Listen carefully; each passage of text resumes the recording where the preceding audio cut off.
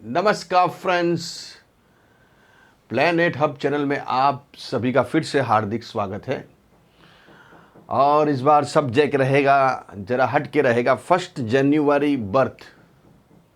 जितने भी व्यक्ति पर्सन है जिनका 1 जनवरी को बर्थ हुआ है उनके बारे में थोड़ी चर्चा करेंगे, हाइलाइट्स बताएंगे, किस हिसाब से उनका जीवन रहेगा, क्या क्या उनके जीवन में पॉइंट बन सकते हैं, अच्छे पॉइंट क्या है और कहाँ दुर्योग बनते हैं और किस चीज़ को उनको पकड़ के चलना चाहिए, उसके बारे में थोड़ी संक्षिप्त में बात करेंगे।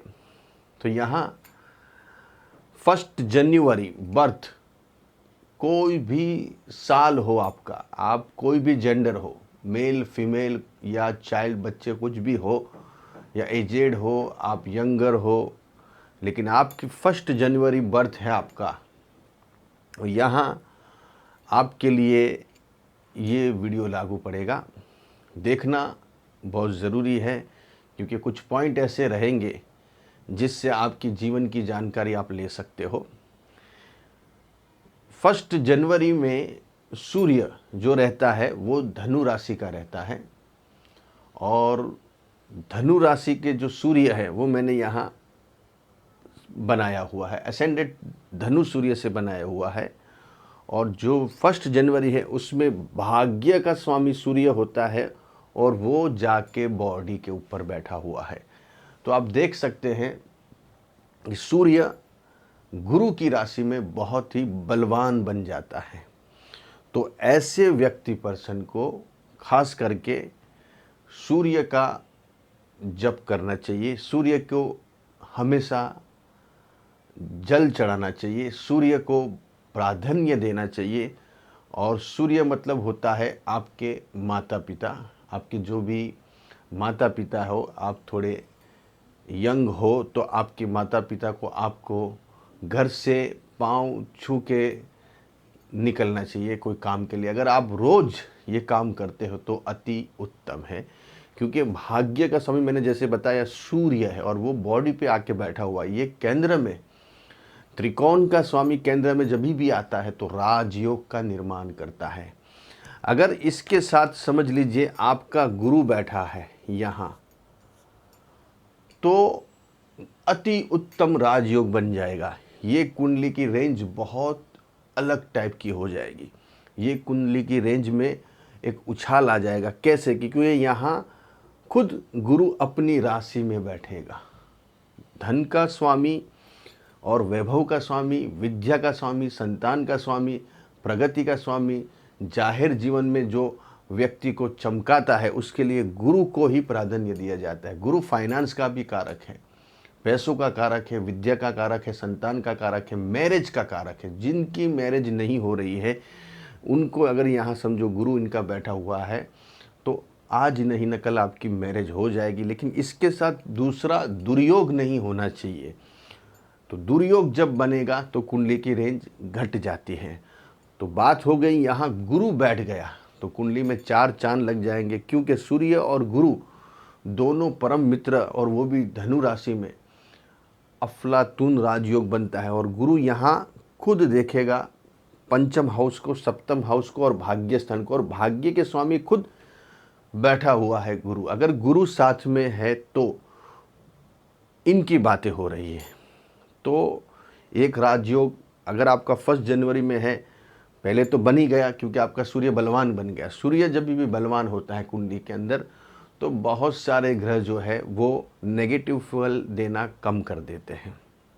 तो ये एक पॉइंट, अगर गुरु धनु राशि का है, अगर गुरु आपका मिथुन राशि का है, या गुरु आपका मेष राशि का है, या गुरु आपका सिंह राशि का है, तो भी अति उत्तम राजयोग बन गया। क्योंकि ये गुरु खुद सूर्य को देखेगा और ये गुरु भी खुद सूर्य को देखो कि भाग्य सोता है। आपकी 1 जनवरी की कुंडली के अंदर भाग्य का स्वामी सूर्य होके खुद त्रिकोण में बैठा है, केंद्र में बैठा है, त्रिकोण का स्वामी केंद्र में। अगर ये टाइप के राजयोग है, अगर आपका गुरु यहाँ बैठा हुआ है और सूर्य यहाँ बैठा है, तो ये भी बहुत बड़ा एक्सचेंज बन जाएगा कुंडली के अंदर, रेंज ज़बरदस्त हो जाएगी। ऐसी कुंडली अगर आपकी है, ये दोनों एक्सचेंज में है, तो समझ लीजिए आज नहीं न कल आपके पास पैसे अपरंपार प्रचुर मात्रा में धन संपत्ति आपके पास आएगी, क्योंकि ये बहुत ज़बरदस्त राजयोग है। बहुत से लोगों के अंदर जो बिलियनर मिलियनर हैं, उनकी कुंडली में ये एक्सचेंज परिवर्तन राजयोग बना हुआ हमने देखा हुआ है। तो बात हो गई ये गुरु की। और तीसरा एक ग्रह है, एक मंगल। अगर मंगल यहाँ बैठा है तो भी आपके न्यारे व्यारे हैं। अगर मंगल यहाँ बैठा हुआ है अकेला मेष राशि का, तो भी बढ़िया है। और मंगल यहाँ बैठा है तो भी बढ़िया है। और मंगल यहाँ बैठा है तो भी एकदम राजयोग बनेगा। और मंगल यहाँ बैठा है खुद सूर्य के साथ, तो अति उत्तम राजयोग बन गया। ये कुंडली पूरी राजयोग वाली बन जाएगी और कुंडली की रेंज बदल जाए। क्यों? कि पंचम हाउस का स्वामी है। देखो, ये तीनों का मैंने यहाँ कनेक्शन बताया है। एक खुद लग्नेश, दूसरा पंचम और तीसरा त्रिकोण। ये तीनों त्रिकोण के स्वामी है और तीनों त्रिकोण के स्वामी सूर्य, गुरु और मंगल बनते हैं। और जब भी इन लोगों का कंजक्शन होगा आपस में, तो कुंडली की रेंज बहुत अप लेवल तक जाती। बहुत से व्यक्ति आपने देखे होंगे कि वो पैसे इतने कमाते हैं, इतनी इनके पास अर्निंग रहती है कि आप सोच में पड़ जाओगे इनके पास इतने पैसे कहाँ से आते हैं। इतनी प्रॉपर्टीज़, इतने धन, इतनी गाड़ियाँ, इतने घर, इतने बंगले, इतना बड़ा व्यापार इनका कैसे होता है। इनके लिए इस टाइप के ग्रह बैठे हुए होते हैं, तब जाके व्यक्ति ऊंचाई पे जाता है, उसका लेवल अर्निंग का बढ़ता है। ये बात हो गई पॉजिटिव लेवल की। अभी यहाँ बात नेगेटिव की करेंगे। नेगेटिव की बात में क्या होगा, देखिए यहाँ बैठे हैं, जैसे मैंने यहाँ शनि बैठ गया आपका, तो कुंडली की रेंज पूरी डाउन हो जाएगी। क्योंकि सूर्य और शनि दोनों आपस में दुश्मन हैं। यहाँ शनि बैठ गया, समझ लीजिए कि आपके भाग्य के अंदर कुछ न कुछ चलते चलते रुकावटें आती रहेगी।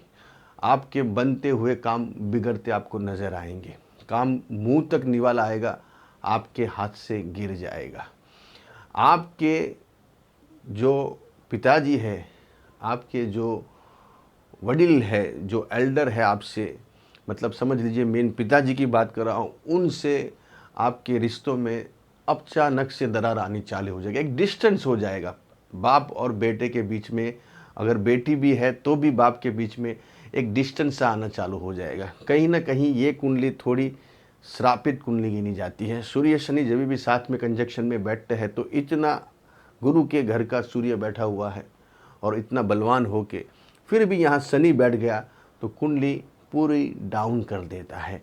ऐसे व्यक्ति पर्सन की शादियाँ बहुत लेट होती है। अगर लेट हो भी नहीं हुई है, अगर हो भी जाती है, तो वो डाइवोर्स होने के भी यहाँ पूरे ग्रह निर्देश करते हैं। और साथ में अगर समझो शनि नहीं बैठा है और राहु बैठ गया, तो भी ये कुंडली में ग्रहण दोष का निर्माण। ये श्रापित दोष था और ये ग्रहण दोष। ग्रहण में क्या लगता है, आपके काम को ग्रहण लग जाता है। आप जो काम करने जा रहे हो, काम किया भी है, और कुछ न कुछ उसके बाद उसके अंदर कुछ तकलीफ़ें आना, कुछ न कुछ प्रॉब्लम क्रिएट होना, कहीं ना कहीं फंस जाना, कहीं ना कहीं सरकार से आपको बहुत सारी तकलीफ़ें सहन करना, कोर्ट कचहरी, पुलिस थाना, इनसे आपको, प्रशासन से आपको बहुत तकलीफ़ें आना। शनि के अंदर भी ये पॉइंट रहेगा। सूर्य शनि की युति रहेगी तो आप गवर्नमेंट से, सरकार से लोचे लवाचे में आप उसमें गिरते ही रहोगे, वो आपके पीछे पड़ जाएगा। कोर्ट कचहरी में आधी ज़िंदगी लोगों की चली जाती है। सूर्य राहु अगर शनि ऐसे कुंडली के अंदर बैठा है, अगर शनि सामने है, तो पिता पुत्र के अंदर एक डिस्टेंस आ जाता है। पिता पुत्र से कभी डिस्टेंस मतलब दूर चला जाता है। कहीं पढ़ाई के लिए दूर चले जाते हैं, कहीं यहाँ रहते हैं तो वो दूसरे शहर में सेटल हो जाता है, या पिताजी यहाँ रहते हैं तो वो कहीं दूर चले जाते हैं पिता बाप बेटे से। तो ये डिस्टेंस सूर्य शनि में ये पॉइंट एक बनता है। और अगर राहु यहाँ बैठ गया तो केतु यहाँ बैठेगा, तो ये कुंडली में फिर अलग बात हो जाएगी। आप समझिए, केतु मैंने जैसे बोला है बहुत अलग प्लैनेट से, सूर्य और केतु, यहाँ धनु राशि में केतु उच्च के गिने जाएंगे और यहाँ राहु उच्च के गिने जाएंगे सप्तम स्थान में।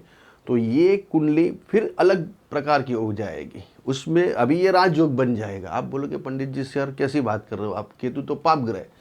केतु कोई पाप ग्रह नहीं होता है, सब पाप ग्रह एक लेवल तक होते हैं, उसके एक सीमा होती है, उसकी ग्रह दशा अंतर्दशा के हिसाब से उसका प्रिडिक्शन किया जाता है।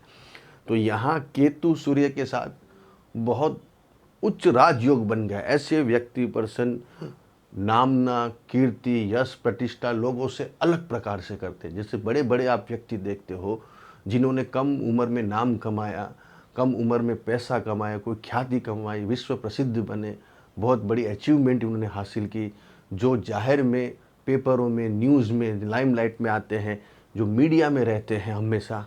ऐसा यहाँ केतु बैठा है। जिसका भी केतु सूर्य के साथ होगा ये कुंडली बहुत डबल ट्रिबल ताकत वाली हो जाएगी। अगर साथ में जैसे मैंने बोला गुरु है या मंगल है तो अति उत्तम राजयोग बन जाएगा। अगर समझो आपका मंगल और या गुरु बैठा हुआ है तो देखना ही नहीं है, समय आने पे आपके पास ऐसे ऐसे पैसे के आने के साधन बन जाएंगे, ऐसे इनकम सोर्सेज बनेंगे, एक जगह से नहीं 10 जगह से पैसे आने चालू हो जाएंगे। और राजयोग बना हुआ ये कुंडली बहुत टॉप की हो जाती है। तो ऐसे व्यक्ति पर्सन विश्व विख्यात बनते हैं, प्रसिद्धि हासिल करते हैं, बड़े लेवल पे काम करते हैं, बड़े ओहदे पे काम करते हैं, इनका काम की वैल्यू होती है, इनकी कुछ ऐसी, इनके पास ऐसी कुदरत की कोई कृपा रहती है, तब जाके ये ऐसे ग्रह लेके आए हुए होते हैं। इसलिए 1 जनवरी में जो भी बर्थ है उनकी बात खाली हाइलाइट्स की बात हुई है। इस हिसाब से जो ग्रह राजयोग बनाते उस हिसाब से यहाँ मैंने प्रेडिक्शन किया हुआ है। ऐसे और क्यों लेके आऊँगा, तब तक के लिए नमस्कार।